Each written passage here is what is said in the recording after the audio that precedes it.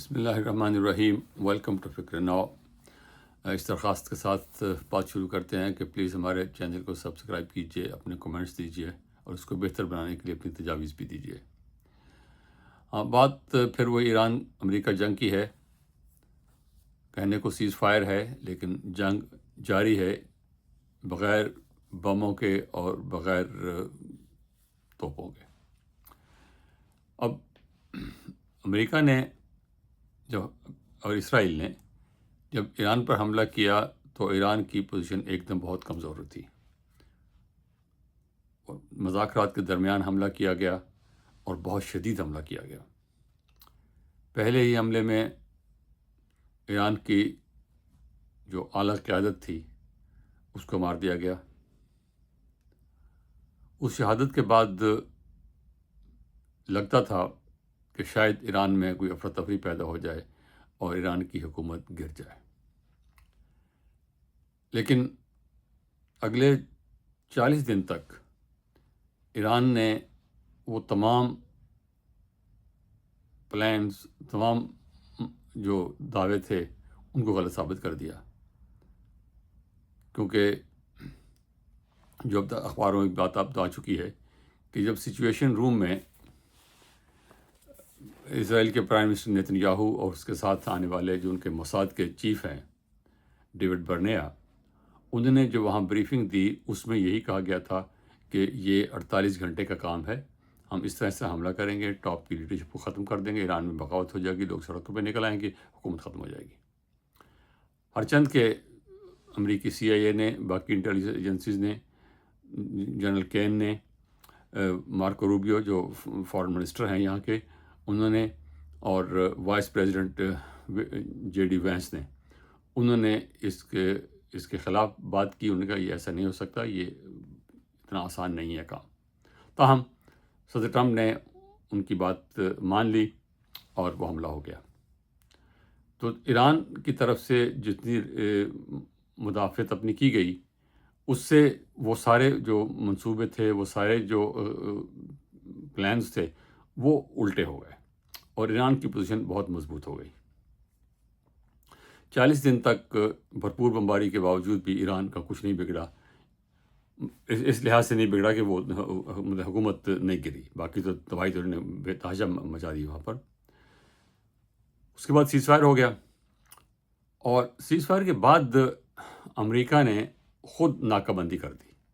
اس کے پہلے جنگ کے دوران آپ کو معلوم ہے کہ امریکہ کے بحری بیڑے آئے، 2 بحری بیڑے آئے، لیکن جس طرح ایران کی طرف سے میزائلوں سے حملے کیے گئے، اس کے بعد ان کو اتنا ڈر پیدا ہو گیا کہ وہ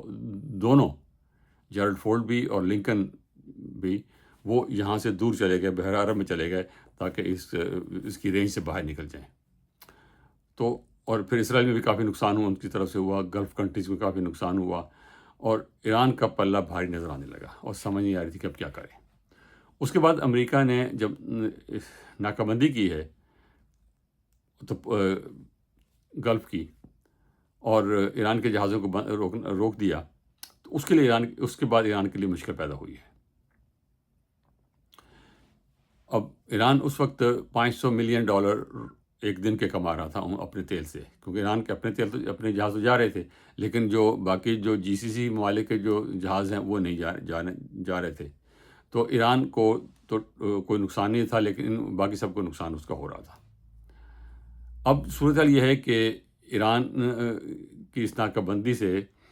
ایران کا تیل بھی بند ہو گیا ہے اور گلف کنٹری کا تیل بھی بند ہو گیا ہے. سعودی عرب کا تیل جو ہے کچھ وہ یابوک جو بندرگاہ ہے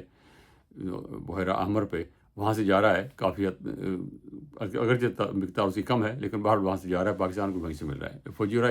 جو ہے بندرگاہ وہ بھی گلف سے باہر ہے، اور تو وہاں سے بھی UAE کا کچھ تیل جا رہا ہے. اب اس ناکہ بندی کی وجہ سے ایران کی پوزیشن کچھ کمزور ہوئی ہے، اور ایران نے جب پہلی تجاویز دی ہیں کہ ہم جو ہے وہ بحیرہ جو اس کا اسٹریٹ آف ہارمز کا جو مسئلہ ہے اس کو حل کر لیتے ہیں، اور باقی مسئلہ جو اس کو بعد میں اس پہ بعد میں بات کریں گے. اس سے پہلے آپ کو یاد ہوگا کہ جب مذاکرات اسلام آباد میں ہوئے ہیں تو JD وینس نے جب وہاں سے مذاکرات چھوڑ کے آئے ہیں تو انہوں نے وہاں جو پریس کانفرنس کی تھی اس میں یہی کہا تھا کہ بھائی ہم نے اپنا جو پیپر تجاویز دے دی ہیں، یہ ہماری ریڈ لائنز ہیں، اور انہوں نے وہاں وہی بات کی کہ ایران جو ہے وہ نیوکلیر پہ کوئی بات نہیں کرنا چاہ رہا، نیوکلیر پہ ہماری بات نہیں مان رہا۔ تو اس وقت جو بات ہوئی اس کے بعد ایران کی طرف سے تجاویز دی گئیں، اور ان میں یہ بات کہی گئی کہ جو ناکہ بندی ہے اس کو آپ بھی کھول دیں، ہم بھی کھول دیتے ہیں، تاکہ تیل کی سپلائی جو ہے وہ بحال ہو جائے اور دنیا میں جو پرابلم ہو رہے ہیں ساری دنیا کا وہ ختم ہو جائے۔ لیکن امریکہ نے اس تجویز کو مسترد کر دیا ہے۔ اب ہم ایران کی طرف سے نئی تجویز کا انتظار ہے، لیکن اس وقت اس وقت ایران دباؤ میں ہے۔ اگر ایران یہ پابندیاں جھیل لیتا ہے اگلے 1 مہینہ تک، کہ وہ اس ناکہ بندی کے باوجود ایران کمپرومائز نہیں کرتا، اپنے جو بنیادی اصول اس نے بتائے ہیں اس پہ کمپرومائز نہیں کرتا، تو پھر ایران کا پلہ بھاری ہو جائے گا۔ لیکن اس وقت ایران دباؤ میں ہے، تو پاکستان اس میں جو کردار ادا کر رہا ہے وہ اس کی سب تعریف کر رہے ہیں، ہم نے کیا تعریف کرنی ہے، ساری دنیا تعریف کر رہی ہے اس کی، لیکن وہ کہاں تک بات کو لے جا سکتا ہے اس کی ایک لیمیٹیشنز ہے۔ ظاہر ہے پاکستان میڈیٹر ہے، وہ اپنی شرائط نہیں منوا سکتا کہ امریکہ کو کہے کہ تم یہ کرو، اس کو کہے تم یہ کرو۔ وہ ان دونوں کی مرضی ہے، جو متحارب گروپ ہیں، کہ وہ کیا ماننا چاہتے ہیں کیا نہیں ماننا چاہتے ہیں۔ میری ذاتی رائے میں اب ایران کو یہ تسلیم ماننا پڑے گا کہ وہ جو نیوکلیر پہ جو JCPOA میں جو کچھ طے ہوا تھا اس کو وہ دوبارہ ایکسیپٹ کر لیں، اور مزید ڈیٹیلز کے لیے سے پھر کہیں کہ ہم بات چیت کرنے کو تیار ہیں۔ ظاہر ہے کہ یہ ٹیکنیکل مسئلہ ہیں، نیوکلیر والے جو JCPOA تھا جو اوباما کے زمان میں 2015 میں طے ہوا تھا، پھر 2018 میں حضرت ٹرمپ نے آ کے اس کو کالعدم قرار دے دیا، تو اس کے جو بنانے میں، اس کے طے ہونے میں 22 مہینے لگے تھے، اور اس کے جو صفحات کی تعداد 400 سے زیادہ تھی۔ تو یہ آسان کام نہیں ہے کہ بیٹھ کے اب بات کر لیں، اور سودا نہیں ہے، یہ بہت لمبا کام ہے۔ تو اب ایران کو جو اگر واقعی وہ انڈر پریشر ہیں ایران اس وقت، تو پھر ان کو جو ہے نیوکلیر پہ بات کرنی پڑے گی، اور وہ امریکہ ان کو زیرو انریچمنٹ کا اس کو شاید ایران نہیں مانے گا، کیونکہ NPT کے تحت بھی ایران کو 3.67% تک یورینیم انرچ کرنے کی اجازت ہے، تو اس حق سے وہ حق بردار نہیں ہوں گے۔ اگر کمپرومائز ہے بھی، تو اس جو پہلے خبر آئی ہے کہ امریکہ جو ہے 20 سال تک کہہ رہا ہے کہ آپ کوئی انریچمنٹ نہیں کریں گے، اور جو آپ کا انرچ یورینیم ہے کوئی 0.5 ٹن کا، تو وہ آپ ہمارے حوالے کر دیں۔ وہ اب پہلے بھی جب JCPOA ہوا تھا تو اس کے بعد بھی ایران کا جو انرچ یورینیم تھا وہ روس بھیج دیا گیا تھا، تو اب بھی اس قسم کا انتظام ہو سکتا ہے۔ اب عباس عراقچی جو ہیں وہ اس دفعہ گئے ہیں